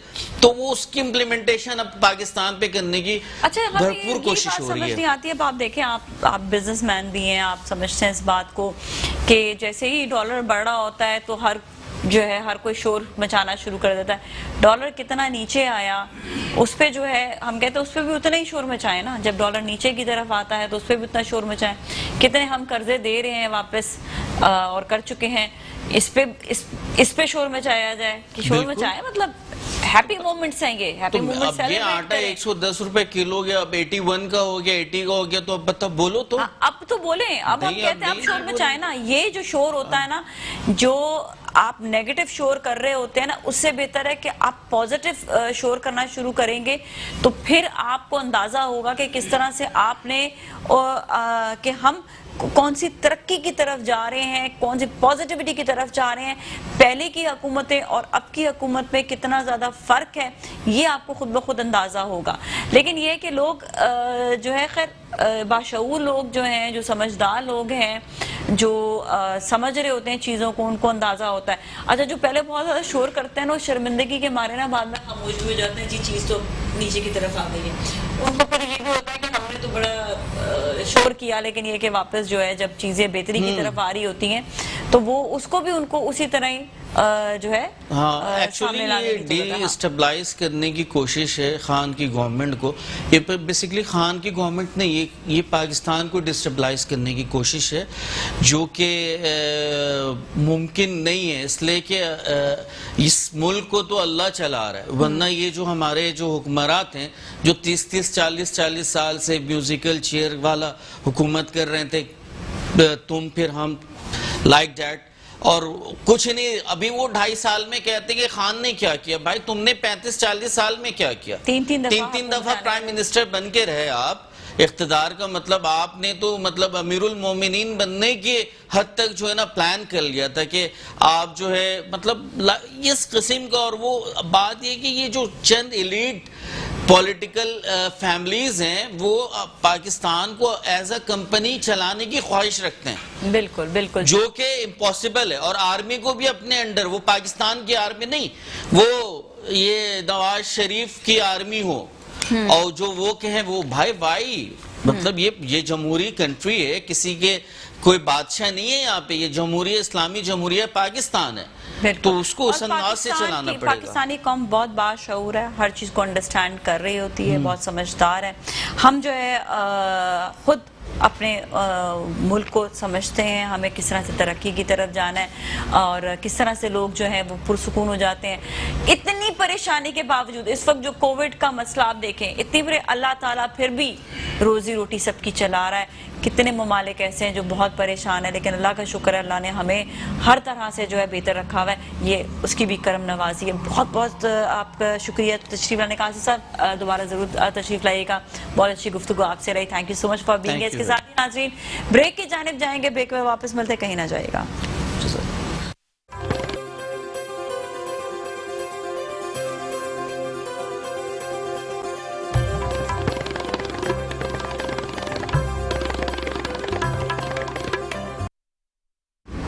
जी नाज़रीन, एक बार फिर हम आपके साथ मौजूद हैं मुस्कुराती सुबह में, और अब हमारे साथ हैं हाजी अखुनज़ादा दीन मोहम्मद साहब, जो आपको बताएंगे बहुत सी ऐसी बीमारियां जिसका इलाज भी हम देख रहे होते हैं कि नहीं इतना मुमकिन होता, लेकिन उसका इलाज भी, और वो बीमारियां भी जो कॉमन बीमारियां होती हैं, लेकिन आपको समझ नहीं आता कि उसका इलाज कैसे होगा, तो उसके भी इलाज के हवाले से बात करेंगे। अस्सलाम वालेकुम, कैसे हैं आप? ठीक ठाक हैं? वालेकुम अस्सलाम वरहमतुल्लाहि वबरकातुहू। अच्छा, सबसे पहले जो हम बात करेंगे, हम थोड़ा सा बीमारी के हवाले से बता दें कि किसके कौन कौन सी बीमारी है जिसके हवाले से बात करेंगे। हम बात करेंगे बवासीर के हवाले से बात करेंगे, हम एक्जिमा के हवाले से भी बात करेंगे, हम साथ साथ जो मुंह पे पिंपल्स वगैरह हो जाते हैं उसके हवाले से भी बात करेंगे, और जो बीमारियां ऐसी कि जिसका जो मतलब अगर आपका कुछ सवाल हो तो लोग सवाल भी कर सकते हैं, तो ठीक है। पहले हम बवासीर के हवाले से बात करते हैं, क्योंकि ये रिलेटेड होता है आपके कॉन्स्टिपेशन से भी, मैदे से भी, आपका हर मतलब सिस्टम जो है पेट का उससे पूरे से रिलेटेड होता है। ज़रा इसके हवाले से बताइएगा। बिस्मिल्लाहिर्रहमानिर्रहीम, अल्हम्दुलिल्लाह, अल्लाह फ़क्र मुश्किल नहीं कायनात मुश्किल नहीं। बवासीर की इब्तिदा जो है कब्ज़ से स्टार्ट होती है। कब्ज़ वो भयानक बीमारी है जो कि तमाम बीमारियों की जड़ है, ठीक है। इसकी छोटी सी मैं मसाला आपको यूँ देना चाहता हूँ कि एक साहब हमारे दोस्त हैं, तो उसने हमारी दावत की, हम गए तो सब खाना खाते, वो खाना नहीं खा रहा, वो खाली पानी एक एक घूंट पी रहा था। मैंने कहा खाना, बोला कि मुझे कब्ज़ होगी, 3-4 दिन से पेट मेरा नहीं खुला, गैसेस हो जाती हैं, नहीं वो रास्ता ब्लॉक हो जाता है। हाँ, रास्ता ब्लॉक हो जाता है, तो फिर आपका आगे जाने का रास्ता ब्लॉक होता है, पूरा कुछ खाना पीना आ ही नहीं सकता ना, सब ब्लॉक हो जाता है। उसे मैंने उसको ड्राइवर साथ भेजा, मैंने दवाई दी, दवाई खाने के बाद मैं खास 3-4 घंटे बाद जाके उसका पेट साफ होना शुरू हुआ, और माशाल्लाह उसकी उसके बाद सेहत बनी कि सुभान अल्लाह, जवाब ही नहीं, बेहतरीन बनी। अच्छा, आपने बताया था करेले का जूस भी इसके लिए अच्छा होता है, क्या पीना चाहिए? बेहतरीन चीज़। जी जी, आगे। इसके साथ फिर आती है बवासीर। बवासीर में बहुत से लोगों को बहुत तकलीफ होती है, कुछ के तो मौके से बाहर आ जाते हैं और बच्चा चलना फिरना मुश्किल होता है, उसमें ज़ख्म, दर्द, कर्ब सब चलता है। हमारे पास जो इलाज होता है जड़ी बूटियाँ, कुरान पाक के आयत मुबारक से होता है, तो अल्हम्दुलिल्लाह सुम्मा अल्हम्दुलिल्लाह, अल्लाह पर मुश्किल नहीं, कायनात मुश्किल नहीं, बेहतरीन इलाज हो रहा है, बहुत ही बेहतरीन इलाज हो रहा है, बगैर किसी तकलीफ के, बगैर किसी परेशानी की। हाँ, परहेज़ करना पड़ता है। जब आपका निज़ाम बहाल हो जाता है, उसके बाद आपको कुछ चीज़ें का इजाफा होता है, वो आपको इस्तेमाल करनी पड़ती हैं, और कम से कम 2-3 माह ताकि तुम्हारा निज़ाम बहाल हो जाए। ख़ास तौर पे आंतों का जो मामला है, जी जी, आंतें जब क्रैंकल हो जाती हैं, सुखड़ जाती हैं, तो उसमें से फुजला पास होना मुश्किल हो जाता है। कॉन्ट्रैक्शंस भी जो होती हैं वो भी ख़त्म हो जाती हैं। अब उसमें कुछ लोग ऐसे होते हैं जिससे बोलते हैं कि वीट एलर्जी, गंदम के रोटी सूंघ भी लें तो वाशरूम भाग के पहुँचते, उनको मोशन शुरू हो जाते हैं। उनका भी कामयाब तरीन इलाज है, जो दुनिया में अभी तक बहुत सारे इलाज हैं नाजिया, जो अभी तक दुनिया में नाकाबिल इलाज माने जाते हैं मेडिकल में, लेकिन वही लोग हमारे पास अल्हम्दुलिल्लाह 100% इलाज हुआ।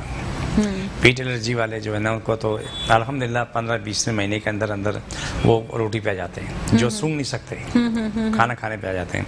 तो उसके बाद बवासीर का जो मसला था वो सारा दारोमदार कब्ज़ होता है।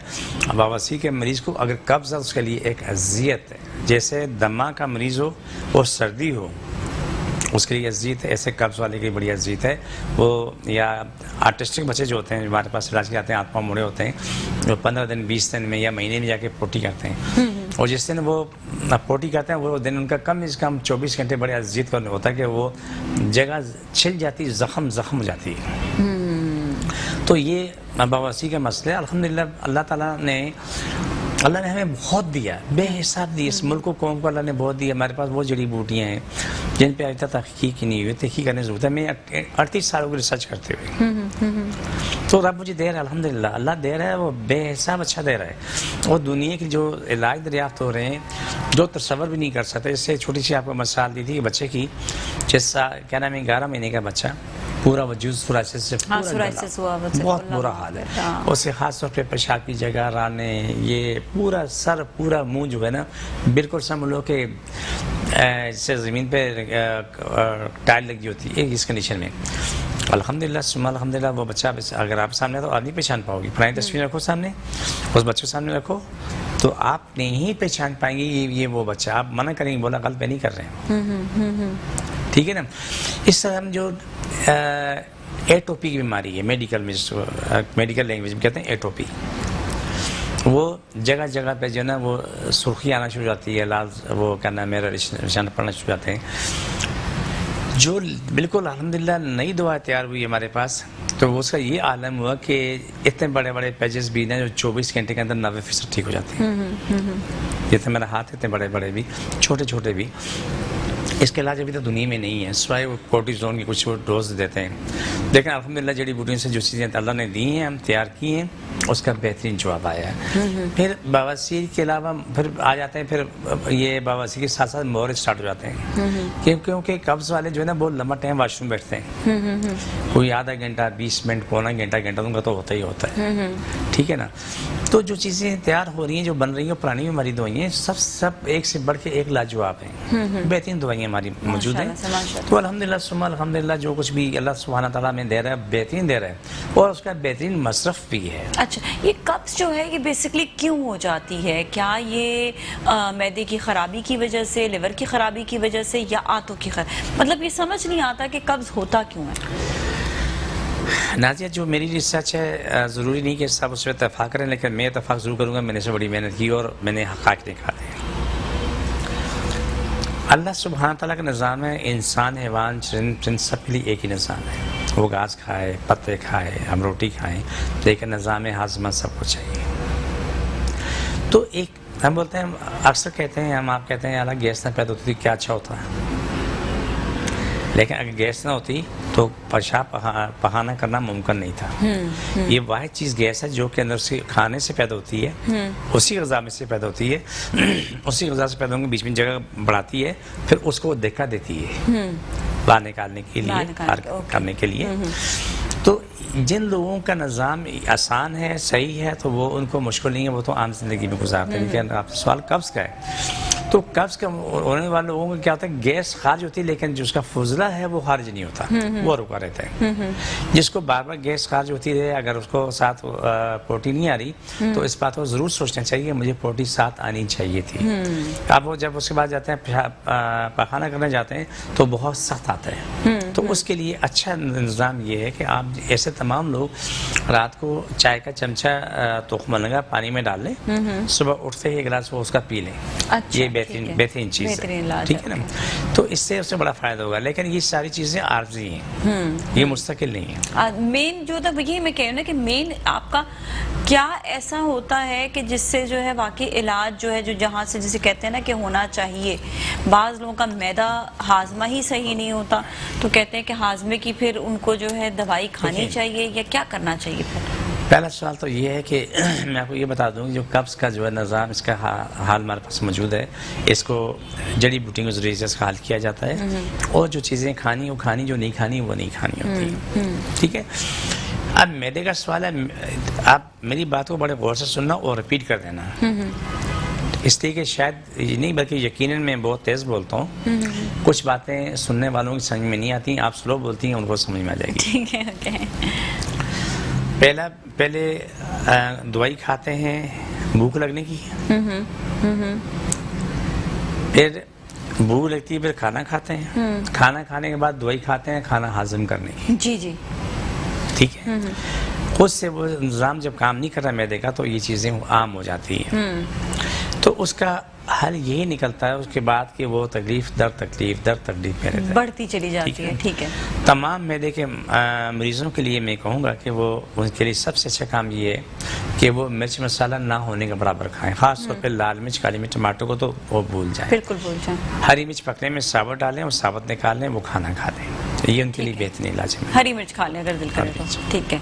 अच्छा, तो ये जितनी भी बीमारियों के हवाले से भी बात की है, हमारे जो नाज़रीन इस वक्त देख रहे हैं, अगर वो चाहते हैं कि अपने जो है पेट के हवाले से इलाज कराना चाहते हैं, कब्ज़ बहुत ज़्यादा कॉमन बीमारी होगी है, इसके अलावा वाले से आप अगर इलाज कराना चाहते हो तो आप हाजी दीन मोहम्मद अखुंज़ादा साहब के आप जो है क्लिनिक जा सकते हैं। और ये क्लिनिक आपका बहादुराबाद में ही है।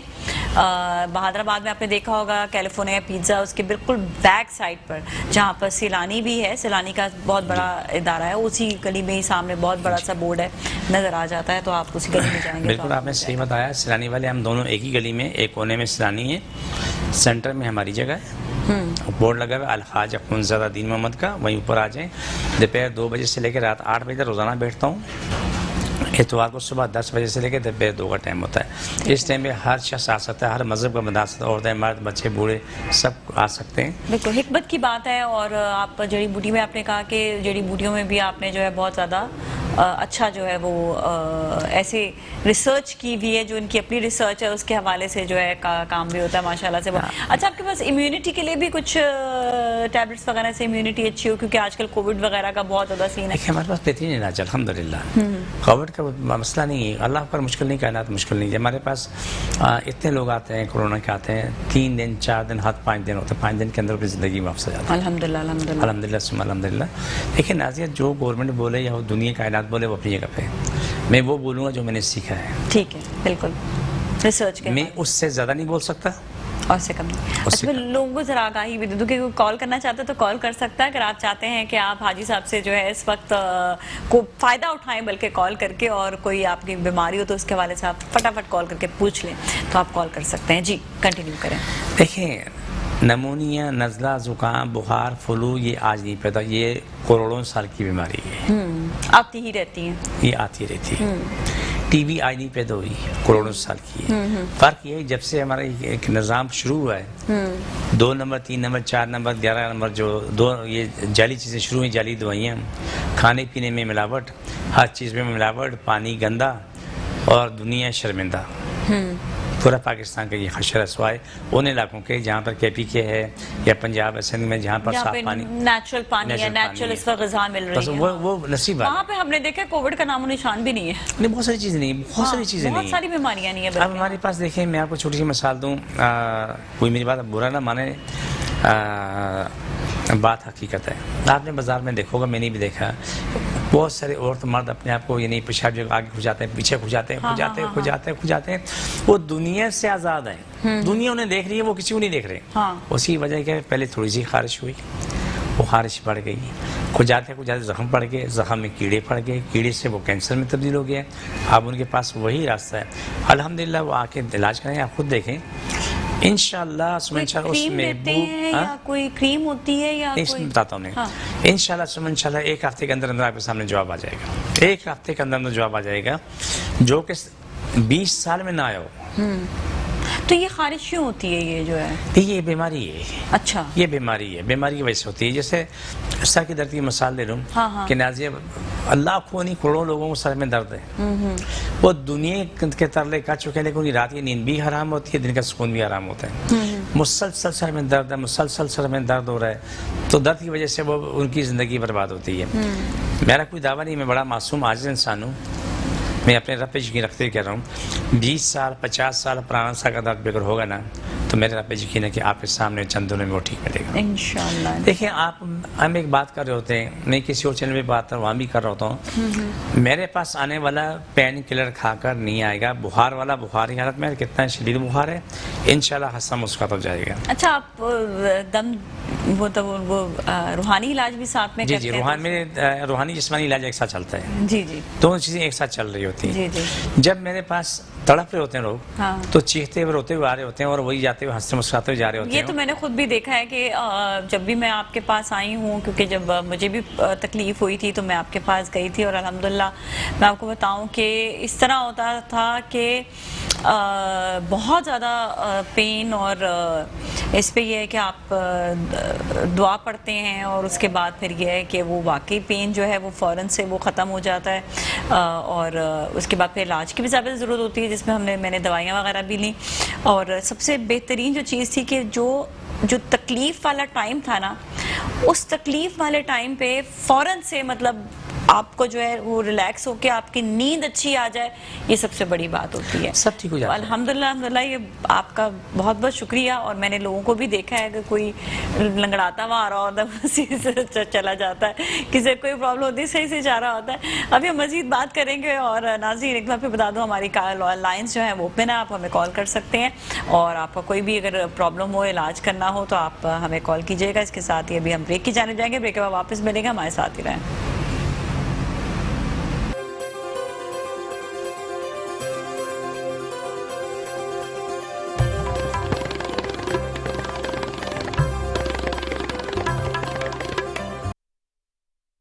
जी नाज़रीन, एक बार फिर हम आपके साथ मौजूद है मुस्कुराती सुबह में। और हमारे साथ हैं आज हाजी अख़ुंज़ादा दीन मोहम्मद साहब, जो आपको हर्ब्स के ज़रिए भी इलाज का बताएंगे और साथ साथ ये है कि रूहानी इलाज भी। और बहुत अच्छा इनका इलाज है अल्हम्दुलिल्लाह। अपनी रिसर्च, ख़ुद की रिसर्च, जिस पे जो है जड़ी बूटियों से बहुत सी अच्छी मेडिसिन्स बनाई हैं और लोगों का इलाज जो है हो रहा है। मैंने ख़ुद भी अपनी आँखों से देखा है, माशाल्लाह से लोग बहुत मोहब्बत प्यार से जो है आते भी हैं और आप बहुत मोहब्बत प्यार से उनका इलाज करते हैं, जिससे वो ठीक भी होकर जाते हैं अल्हम्दुलिल्लाह अल्हम्दुलिल्लाह। अच्छा, अब हम जो बात करेंगे वो करेंगे हेपेटाइटिस सी। ये वो बीमारी है जिसके लिए बहुत पैसा लगता है। हेपेटाइटिस सी के इंजेक्शन, चीज़ें, दवाइयाँ बहुत महंगी हैं। नाज़ी इंशाल्लाह हेपेटाइटिस सी के मरीज आपके प्रोग्राम में आएंगे, पूरी फाइल पढ़ लेना। जैसे डॉक्टर बुलाने इकबाल साहब वो मरीज का हमारे प्रोग्राम से पहले मरीज की पूरी फाइल स्टडी करते थे, बड़ी खूबी है शख्स की। अच्छा, हम कंटिन्यू करेंगे बात, लेकिन कॉलर से बात करना ज़रूरी है, उनसे बात करते हैं। अफशा, अस्सलाम वालेकुम। अच्छा, आपको फालिज हुआ है और आप बताइएगा कि राइट हैंड साइड का फालिज है, लेफ्ट हैंड साइड का? लेफ्ट साइड का, मतलब अच्छा ठीक है। आज से बात करते हैं। आप कहाँ से बोल रही हैं? कराची तारिक रोड से। क्या? कराची से? जी जी। अच्छा, तारिक रोड से बात। तारिक रोड से। देखिए, मेरे आपको बहुत करीब रहती है, मैं बदराबाद में हूँ, तो आप तारिक रोड पे हैं। आप 2 बोतलें पानी लेके मेरे पास आ जाएं और उसके साथ साथ जो है ना, जो भी आपस डॉक्यूमेंट्स हों उसकी फोटो कापी लेना, पेपर जो भी मेडिकल के। हाँ, जो भी आपके डॉक्यूमेंट्स हैं, क्योंकि आप देखें कराची में और फालिज का मसला है। आप सुन रही है ना शाह? जी जी, आप ज़रूर इनके पास जाएं। मैं आपको खुद कहूँगी अल्हम्दुलिल्लाह इनके पास जाके वाकई इलाज होता है, क्योंकि मैं खुद भी जा चुकी हूँ, इसलिए मैं ये बात आपको कह रही हूँ। तो आप ज़रूर जाएं, जाकर आप इलाज कराएं। आप देखिएगा इंशाल्लाह इंशाल्लाह आपको जो है ना बेहतरी आएगी। अभी आप हाथ पाँव मूव कर सक रही हैं या नहीं? अच्छा चलें, अफशा जी आप इसके लिए मैं कुछ कहना चाह रहा हूँ। जी बता भी दें थोड़ा सा। अफशा समेत फालिज के कोई भी मरीज है ना हमारे पास आए, ये इलाज तवील है, ये शॉर्ट नहीं है, छोटा नहीं है। जब तक आपका दुरानिया खून का पूरा काम नहीं करता, ब्लॉकेज जहाँ जहाँ भी है वो खुल नहीं जाती, चाहे वो ब्लॉकेज दिमाग में कहीं और है, तो आपको इलाज करना पड़ेगा। इलाज नाज़िया कोई भी हो उसमें मेहनत लग कर करना पड़ता है। जिस तरह मैंने आपको बताया ना, एक खातून थी, वो बस एक दफ़ा इलाज करा के बस वो क्या हो गया, लेजी पड़ गई, लेजी हो गई और आई नहीं। तो ये एक बड़ा वो हो जाता है कि और फिर वो वहीं के वहीं है, वहीं के वहीं। हाँ, फिर वो मुझे कह रही थी दोबारा से कि मैंने कहा लग कर इलाज कराएं। देखिए, मेरी छोटी सी मिसाल में आप ही की मिसाल दे देता हूँ।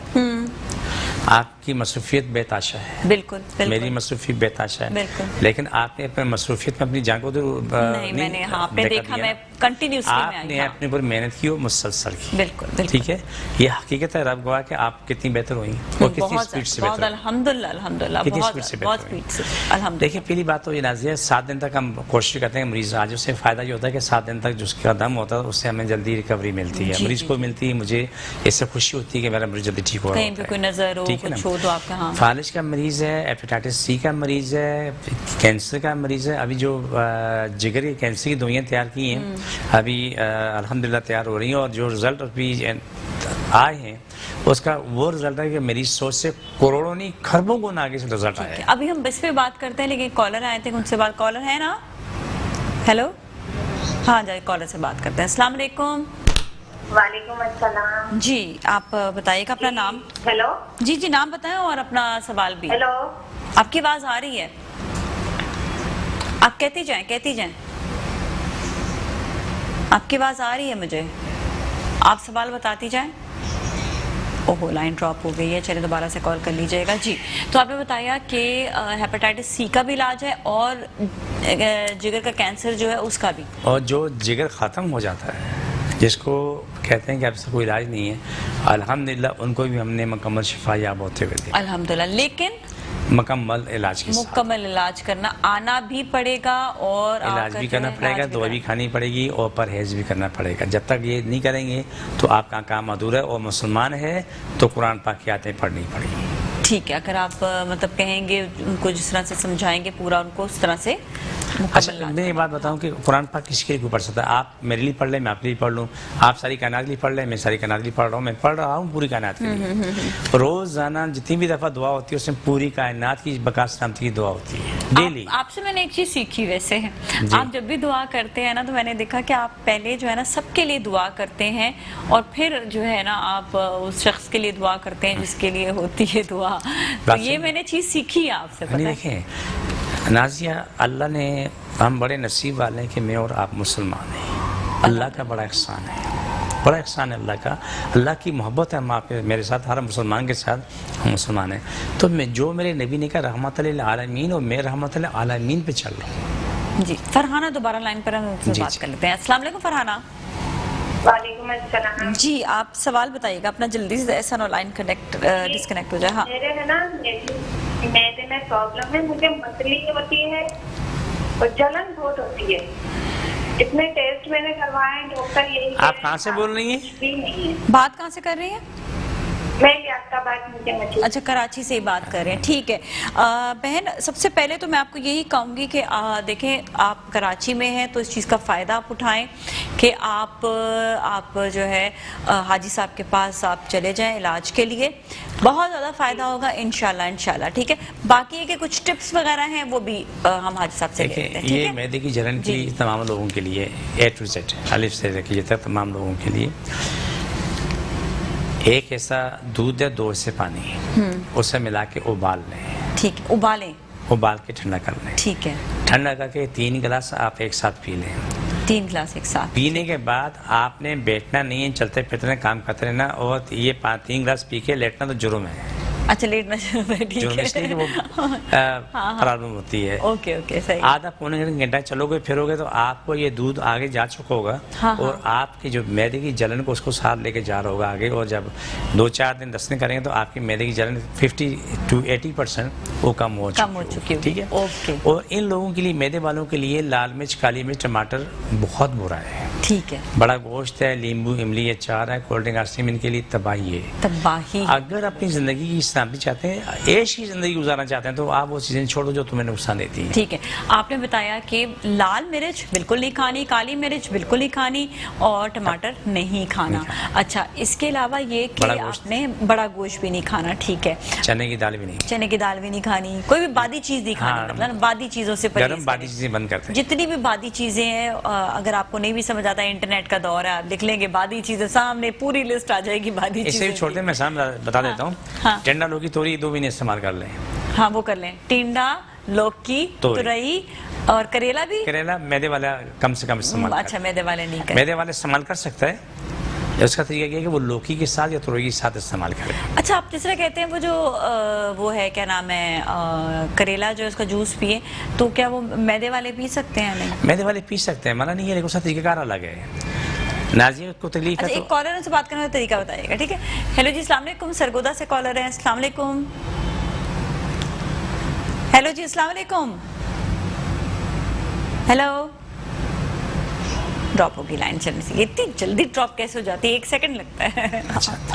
जी जी। जो मैदे के मरीज हैं तो वो क्या नाम है, इतना टुकड़ा करेला लें, छीलना भी नहीं, बीज भी नहीं निकालना, सिर्फ धो सकते हैं। उसके बाद आपने क्या करना है कि उस करेले में जितना करेला इतना ही पानी डाल लें, उसे ग्राइंड करें, दोपहर से निचोड़ लें और पी लें। वो आपको तकलीफ मतलब वो 1 पाव ना ले, आधा पाव ना ले।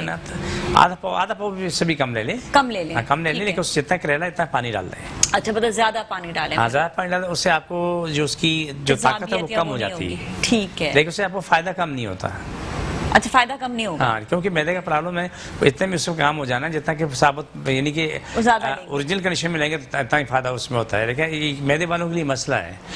हाँ, दूसरी बात है कि मैदे वालों के लिए अगर या चाहें तो पहले ठंडा दूध पी लें हाँ हाँ 1 कप, हाँ, उसके ऊपर करेला ले लें, वो बुरा नहीं है। ठीक है। तो वो लौकी का जूस भी पी, कोई लौकी का जूस भी सही होता है या नहीं होता? लौकी जूस पिए, बेहतरीन चीज़ है। कैसे बनाने हैं उसको? लौकी छील लें, छीलना ज़रूरी है। छीलने के बाद उसको टुकड़े डालें, बीज भी ना निकालें, कुछ ना करें, पानी डालें, ज़रूरत के मुताबिक क्या नाम है नमक डाल लें और साबुत हरी मिर्च डाल दें, 1-2 लौंग डाल दें, ठीक है। और थोड़ा धनिया थोड़ा पुदीना डाल दें, उसको पका लें, बेहतरीन सूप तैयार होता है, पिए, सारा खानदान पिए। अच्छा। लौकी सूप पीने वालों के लिए गला और मैदा हमेशा जवान रहता है। अरे वाह वाह, क्या बात है जी। खास तौर पे जैसे जैसे आप लोग हैं, हाँ, हाँ। ज्यादा बोलते हैं, हाँ। आप लोगों को ज्यादा बोलना पड़ता है। हाँ। जैसे वकील है उसको ज्यादा बोलना पड़ता है, आलिम दीन है उनको ज्यादा बोलना पड़ता है, दीनी मदारस के जो टीचर्स हो गए, प्रोफेसर जो भी है उनके लिए तो सोना है। अगर वो चीज इस्तेमाल करते रहेंगे तो उनका गला मैदा हमेशा जवान रहेगा और ज़हन फ्रेश रहेगा। लौकी का सूप का आपने? लौकी सूप। ठीक है, चले हम और आगे। लौकी के साथ कभी कभी करेला भी डाल दिया करें, तो कभी कभी हफ्ते में 1 दफा, ठीक तो है। बेहतरीन तड़का अच्छा, लगता है। अच्छा, सूप पी सकते हैं करेले का भी ना। चलिए सही है, हमारे साथ एक और कॉलर से बात करेंगे। अस्सलाम वालेकुम। वालेकुम सलाम जी, आप क्या कहेंगे, सवाल बताइएगा। ये मेरा तकरीबन 2 साल पहले डॉक्टर ने हड्डियों की टीम बताई थी, तो डॉक्टर मैंने इलाज भी करा, लेकिन मुझसे तो झुका जाता है, नहीं सही से बैठ जाता है। मैं नहीं समझा। अच्छा, रीढ़ की हड्डी में मसला है, ना बैठा जाता है ना उठा जाता है। आप कहाँ से बोल रहे हैं? कराची कराची से कैसे मेरे प्यारे भाई, अल्लाह आप समेत कायनात के हर बशर को शिफा दे, जो इस ज़मीन में जहाँ भी बसता है, जिस मज़हब से भी अल्लाह उसको मुकम्मल शिफा दे, रोज़ी कुशाद हो, उनकी सारी ज़िंदगी मामले अल्लाह हल करे, मेरे आपके भी अल्लाह हल करे। आमीन। आप मेरे पास कोई दुआ खा के नहीं आना, उस दर्द और कर्ब में आना जो आप जिसमें आप हो। अल्लाह सुब्हाना ताला, मुझे यकीन है कि मेरे पास से आप हंसते मुस्कुराते हुए चले जाओगे और आप कुछ दिन आओगे, दवाई भी आपको मिल जाएगी, दम भी आपको होगा, और इंशाल्लाह सुबह इंशाल्लाह आपको बहुत कुछ मिलेगा और बहुत बेहतर होगा इंशाल्लाह। इंशाल्लाह। ठीक है।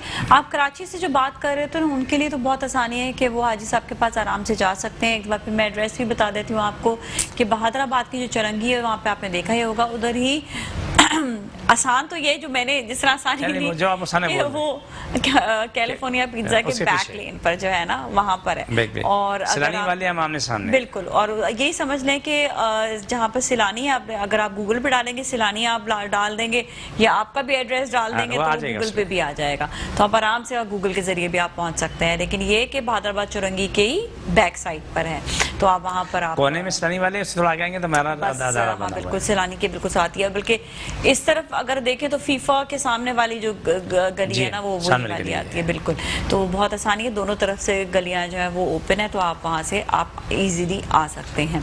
अच्छा, और दूसरा ये कि अभी जो मोरों के हवाले से भी बात हो रही थी, मोरे जो हैं वो ज्यादातर क्यों खुल जाते हैं, क्या होता है, खुल जाते हैं, बंद हो जाते हैं, क्या होता है? मोरे जो ना वो जगह से हट जाते हैं, स्लिप हो जाते हैं, यानी कि जो बराबर होते हैं वो यूं हो जाते हैं। आज चढ़े तो वो चलना फिरना उठना बैठना मुश्किल होता है। अल्हम्दुलिल्लाह, अल्लाह पर मुश्किल नहीं, कायनात मुश्किल नहीं है, अल्हम्दुलिल्लाह ठीक हो जाएंगे। ये आके इलाज कराते हैं, परहेज करते हैं, दवाई खाते हैं, तो चंद दिन लगते हैं, जी, उसके जी। बाद ठीक ठाक होते हैं। मैं छोटी सी एक मिसाल दूँ, एक बुजुर्ग खातून हमारे पास आई, लेकिन अगर वो अभी काफ़ी वक्त से आई नहीं है, उसकी बच्ची कभी कभार आती है मेरीन, अगर उर्दू सुने खातून की, आप बोले उसकी ज़बान से फूल झड़ रहे हैं। अच्छा, माशाल्लाह। क्या खूबसूरत उर्दू बोलती, ग्रामर एक लफ्ज़ चुन चुन के परोती है। उससे मुझे बोला जी मेरे मोरे में तकलीफ है। ये नहीं कहा कि मेरे पूरे मोरे जो है ना वो ख़त्म है। डॉक्टर ने एक्सरे में जो बताया कि यानी कि गड़बड़ है। अच्छा, ठीक है। इलाज हुआ, इलाज होने के बाद अल्हम्दुलिल्लाह सुम्मा अल्हम्दुलिल्लाह अल्लाह का करम हुआ कि वो सारे मोरे सही हो सारे जाते हैं मोरे क्या? ठीक हो गए। ठीक हो गए, और अच्छा। एक्सरे होने के बाद उसने आके फिर आके मुझे पहले बात की रिपोर्टें तब जाके दी। पहले बिफोर एंड आफ्टर इनका Yes, देखना दोनों। पड़ेगा। चलिए सही है, ऐसा करते हैं, ब्रेक की जाने चाहते हैं, ब्रेक के बाद वापस मिलते हैं, हमारे साथ ही रहें।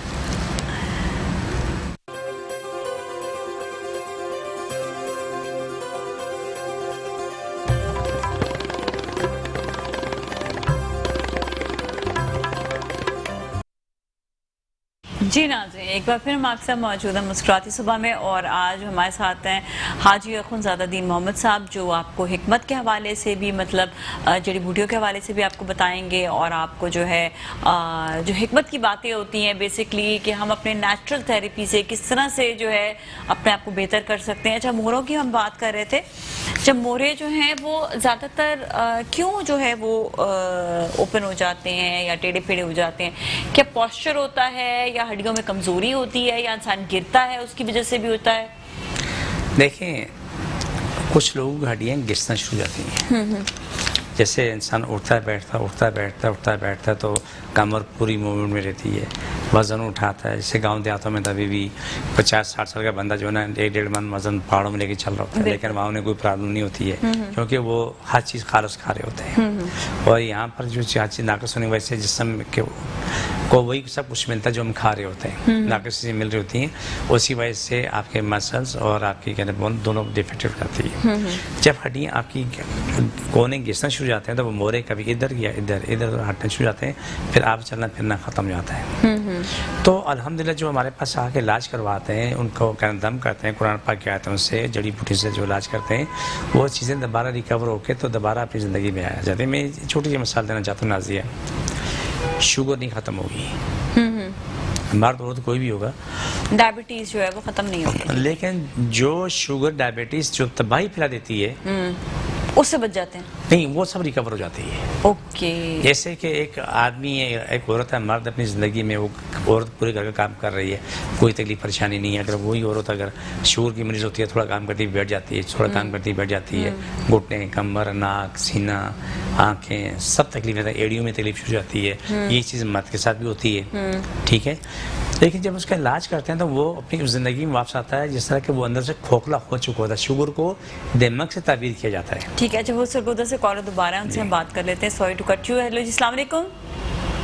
जी वालेकुम सलाम। बाजी क्या हाल है? ठीक हो? बिल्कुल ठीक ठाक है, आप अपना सवाल बताइएगा। जी मैं सरगोदा से बात कर रहा हूँ। जी बताएं।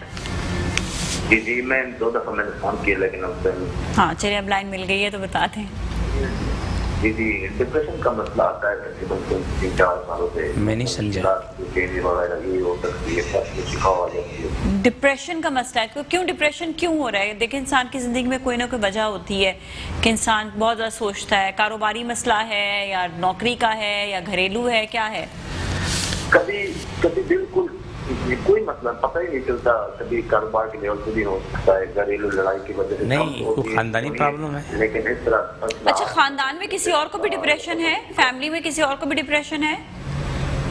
नहीं वो उसमें नहीं है, लेकिन इस तरह के ये दिल में बेचैनी, दिमाग में बेचैनी, पता नहीं टिकाव लेना, दिल में खुशी। अच्छा, उदासी हो जाती है या क्या होता है? जी, उदासी हो जाती है या घबराहट होती है, क्या होता है?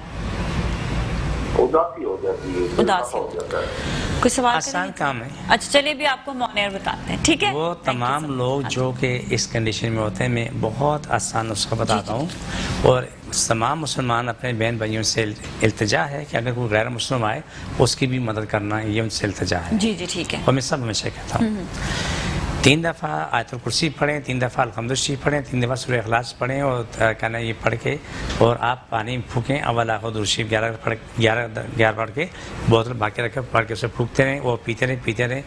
चंद दिन में ये डिप्रेशन आपको नहीं मिलेगा, इंशाअल्लाह। देखो, जो कुरान की मैंने ताकत देखी है, मैंने कायनात किसी की नहीं देखी, वो देखनी भी नहीं है, कि मेरे लिए अल्लाह, रसूल और कुरान सब कुछ है। ठीक है, मैं एक दफ़ा फिर बता देती हूँ। 3 दफ़ा आपने, पहले तो आपने अव्वल आखिर 11 मरतबा दुरूद शरीफ पढ़नी है, फिर आपने आयतुल कुर्सी कितनी मरतबा? 3 मरतबा आयतुल कुर्सी, 3 मरतबा अलहम्द शरीफ और 3 मरतबा सूरह इखलास।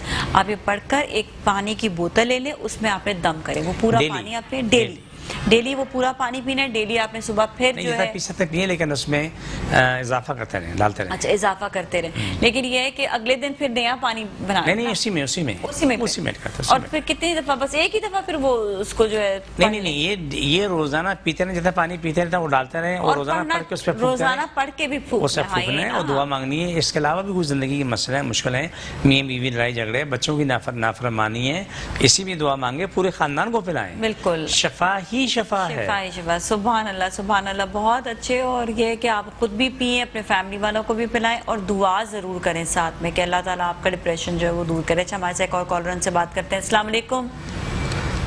वालेकुम सलाम। जी, आप कौन बात कर रहे हैं, कहाँ से? हेलो। जी, सवाल बताएं। हेलो। आप देखें। जी आप बोले, अब आपकी आवाज़ आ रही है। मैंने कहा कौमी कराची से बात कर रहा हूँ, हकीम साहब से बात करनी है। आप बोले, मैं सुन रहा हूँ मेरे भाई, बोले। मैंने कहा हकीम साहब से बात करनी है, कौमी कराची।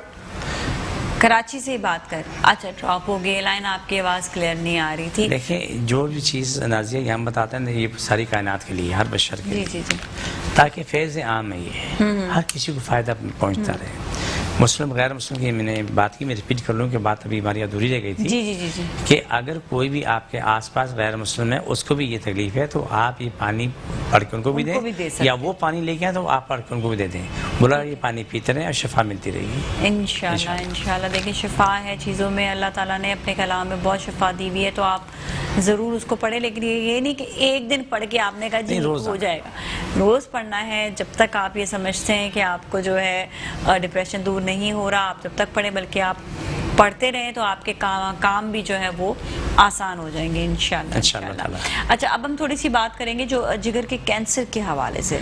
हाँ माशाल्लाह, अच्छी बात की। जो अभी जो पहले भी हमारे पास माशाल्लाह का इलाज हो चुका है, और जो रिपोर्ट से देखिए 99% लोग रिपोर्ट नहीं कराते हैं, बर्बादी हो चुकी होती है, कोई सपोर्ट नहीं है, लेकिन आज फिर भी हम कर रहे होते हैं। लेकिन कुछ पढ़े लिखे ज़हीन लोग होते हैं जो अपने टेस्ट कराते रहते हैं, उनके सामने वो रिजल्ट आता है कि पहले अपने क्या फ़र्क है। जैसे मैं कहूँ, लाहौर में शहजादा है साजिद लुकमान साहब, तो हमारे टीवी प्रोग्राम में उससे आ चुका है, जिसको जिगर कैंसर था, हेपेटाइटिस सी लास्ट स्टेज था, बिल्कुल चलिए उन पर भी बात करें ज़रा से, एक औरत से बात करने के बाद।